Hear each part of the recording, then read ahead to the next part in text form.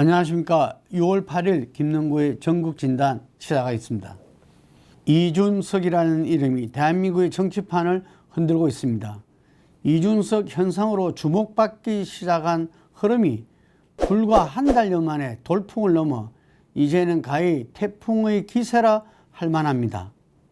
5월 초 조사에서 13.1% 지지율로 나경원 후보에 이어 2위를 기록했는데 22일 조사에서는 30.1%로 17.4%에 그친 나 후보를 앞서면서 28일 예비경선 직후에는 무려 42.6%의 지지율로 치고 나갔습니다. 국민의힘 전당대회를 닷새 앞둔 지난 6일 머니투데이와 미래한국연구소 의뢰로 P&R 리서치가 조사해 발표한 결과에 따르면 당대표 후보 이준석의 지지율은 41.3%로 압도적인 1위입니다. 나경원 후보가 20.6%, 주호영 후보가 9.7%, 홍문표 후보와 조경태 후보는 3%대의 지지율에 그쳤습니다. 국민의힘 최대 지지 기반인 대구 경북의 지지율도 이준석 후보가 48.7%입니다. 현재 흐름상으로 봤을 때 막판 돌발적 변수가 없는 한 36세의 젊은 정치인 이준석이 제1야당, 그것도 보수의 뿌리를 자처하는 국민의힘 당대표로 자리 잡는 시나리오가 현실화될 것으로 보입니다. 우리 정치 역사의 한 획을 끊는 사건임에 분명하지만 최종적인 결과를 떠나 더 관심을 가질 수밖에 없는 것은 어떻게 이런 일이 가능한가에 대한 분석이 아닐 수 없습니다. 현상을 통해 유추할 수 있는 정치적 흐름은 세 가지 정도로 요약됩니다. 우선 정권 교체를 위해 보수 정당의 혁신을 바라는 국민들에게 이준석이 그 상징이 되었다는 점입니다. 예비 경선 분위기로는 통과가 유력시되던 김웅, 김원혜 등 초선 의원들이 모두 탈락하고 가장 높은 인지도를 자랑하는 이준석 후보에게 몰표를 주었습니다. 결국 본 경선은 0선의 이준석과 4선, 5선의 기존 중진 4명이라는 극명한 세대 대결 양상으로 전개되고 있습니다. 또 하나는 바로 대선과 연계된 집권 의지가 기존 보수 세력의 전략적 선택을 낳고 있습니다. 4.7 재보선 당시 국민의힘에 대한 20대의 지지율은 55.3%, 30대는 56.5%였습니다. 20, 30대 유권자로의 외연 확정이라는 승리 공식을 대선까지 이어가고 싶은 열망이 이준석의 당의 얼굴로 삼는데 주저함이 없도록 기존 보수 지지층들을 몰아가고 있습니다. 또한 중도층이 국민의힘의 변화에 힘을 실어주고 있습니다. 갤럽조사에 의하면 올해 들어 차기 대권에서 정권 교체를 원한다는 의견이 정권 유지보다 계속 높게 나타나고 있습니다. 이미 기득권이 된 민주당에 더 이상 기대할 것이 없지만 기존 보수 세력과는 함께할 수 없다 하는 중도층들이 있었는데 기성체제를 비판하고 변화하겠다는 의지가 확고해 보이는 젊은 정치인 이준석에게 그들이 지지를 보내고 있는 것입니다. 앞서 언급한 조사에서 무당층의 이준석 지지도는 거의 과반수에 육박합니다.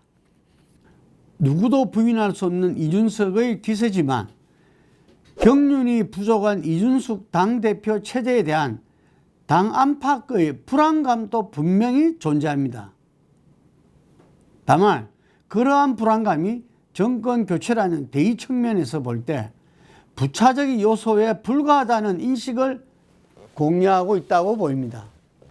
그러면 이제 우려되는 부분 이준석 현상의 한계를 한번 짚어보도록 하겠습니다.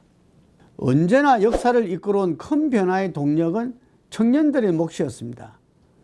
이른바 586 세대라는 민주화 세대가 누구나 말했듯이 살아서 서른을 맞는 것이 부끄러운 시대를 살아야 했듯이 우리 역사의 산업화 세대는 민주화 세대, 모두 젊은 시절 고뇌와 저항을 동력으로 그 열망을 현실화하는 과정에서 사회 주역으로 성장해 왔습니다.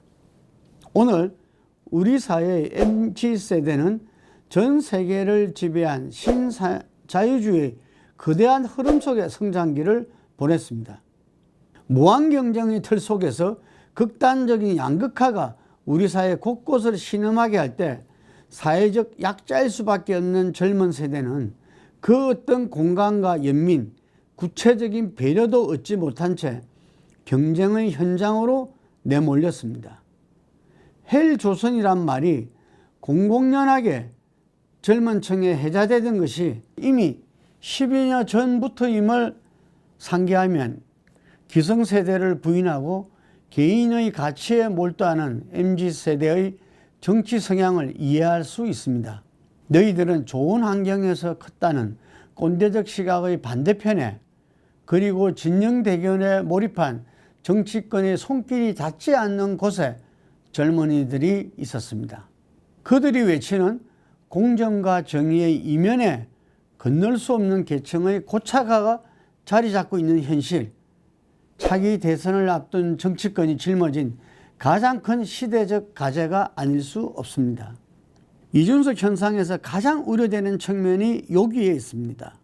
청년층은 물론 결국 변화를 열망하는 국민의 요구인데 그것을 어떤 방향으로 끌고 갈 것인가 하는 문제입니다.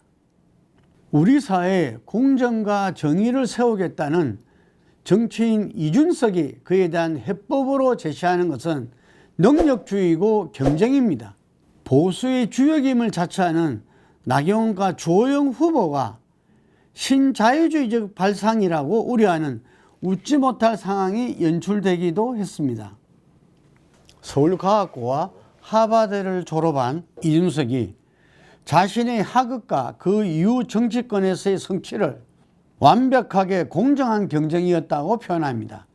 최근 왜 정치를 하는가의 질문에 교육으로 공정하게 경쟁할 수 있도록 하겠다고 답했는데, 화려한 수사와 합법 뒤에 숨겨진 정치인으로서의 내공을 묻지 않을 수 없습니다. 실업에서 주택난까지 청년층의 당면 현안에 대한 입장도 알려진 바가 없다 보니 생물학적 청년에 불과하다는 지적도 따라다니고 있습니다. 또한 이준석이 논란의 중심에 섰던 젠더 논쟁, 안티페미니즘, 여성과 청년에 대한 할당제 거부 등은 기울어진 운동장을 보완하려는 공동체적 노력을 부정하는 측면이 있습니다. 국가 사회 시스템에 대한 근본적인 불신을 조장하는 것은 아닌가 우려하는 목소리도 있습니다. 더 나아가 편가르기를 통해 정치적 우위를 점하려는 트럼프식의 선동정치, 포퓰리즘이라는 비난에서도 자유롭지 못합니다. 대부분 야권 내부에서 나오는 지적들인데, 실제로 당대표 이준석이 된다면 국민의힘이 제대로 구심력을 갖고 작동할 수 있을 거라는 우려하는 목소리도 높습니다. 의원들에 대한 리더십은 물론이고 당직자들 통제 또한 쉽지 않다는 이야기입니다. 그래서 한편으로 필수적이 되리라고 예상하는 것이 윤석열 전 검찰총장의 영입입니다. 최근 이준석 돌풍과 함께 윤 전 총장의 국민의힘 입당설이 힘을 얻고 있습니다.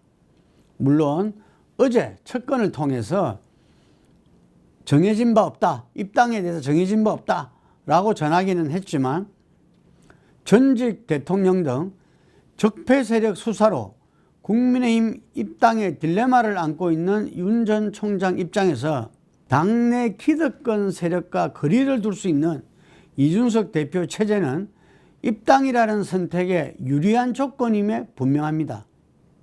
이준석 입장에서도 대선 주자를 통해 당의 실질적인 구심점을 확보하고 본인은 변화의 추진력을 얻을 수 있다는 점에 나쁘지 않은 시나리오입니다.